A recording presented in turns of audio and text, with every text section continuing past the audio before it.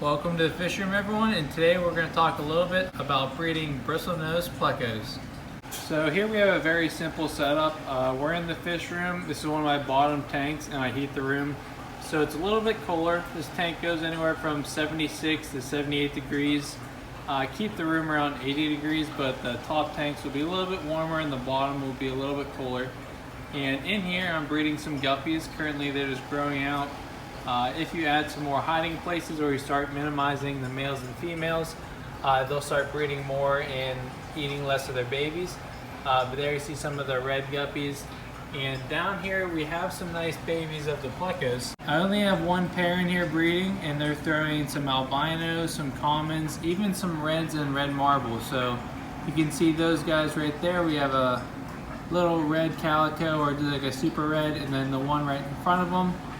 Much darker body with the red finish, so two really awesome plecos there, kind of side by side, surrounded with some more albinos and commons. And right there we have the female. So you saw her at the very beginning of the video. That's what I'm just calling a common longfin pleco, and kind of cool with the genetics of these fish.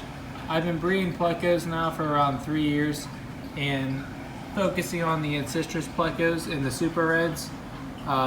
All of the species, but more recently I've been trying to get more of the reds in my breeding setups.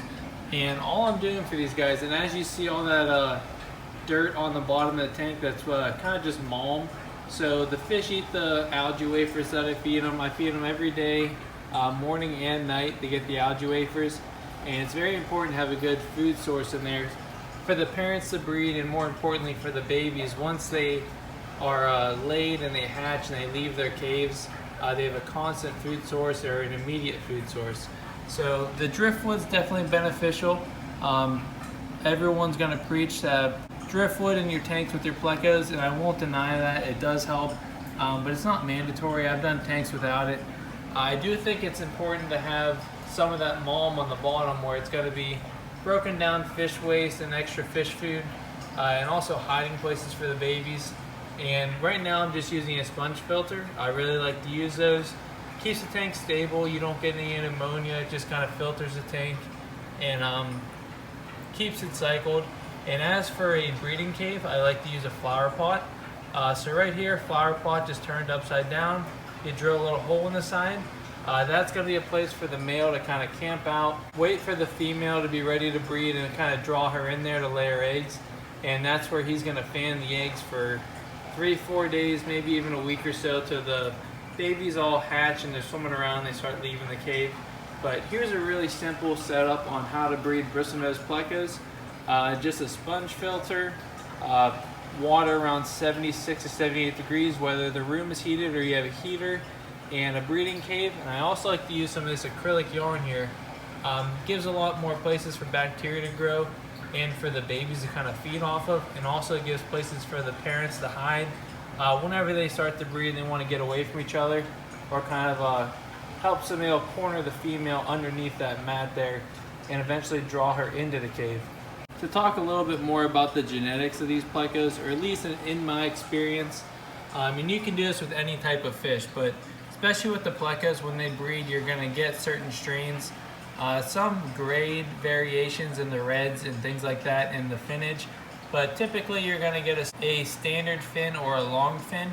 And then the morphs that are most common is you have your blacks or your commons with some spotting, you have your albinos, there are reds, there are lemon blue eye plecos, and then you have your super reds and red marbles. I repeated that one, but kind of just going through because they're very similar. But what we have here is really cool outcome. I am breeding these two commons together, and the way I got to this is I bred a long fin albino to a super red standard fin, and I got a whole bunch of commons out of it. So a few of them, maybe 20 out of 100 or maybe 15 out of 100, had the long fins. So I held them back, I grew them out, and then I started breeding those long fin commons to each other. And for maybe even one more generation, so that was my F2, breeding those guys back together, I got more commons and long fins, and I believe I did it one more time. So on my F3 project, of just breeding longfin to longfin. I started getting these results we see here, where I'm getting those red marbles, or the calico plecos. People are calling them both names, meaning the same thing. And then they're also throwing some super reds in there. More of what they are those longfin commons, and they're even throwing some albinos. So whenever you're breeding something, you want to make sure that you can grow up the babies, breed the nicest babies back to each other, line breed the fish so you can kind of recreate that color you're initially going for. So kind of a quick update. If you guys want to hear more about this, I can talk more about the genetics. But here's a very simple breeding setup, working well for me, and I'm finally getting the results I've been looking for.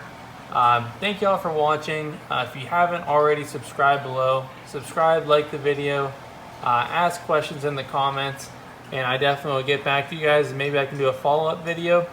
But these babies are just looking really good. I had a nice variety of color, and I'm very happy with this project right now. So I just wanted to share with you guys real quick video. Check out some of my other videos at the end of this, and look forward to talking to you guys next time. And subscribe, like, and stay tuned. Thank you.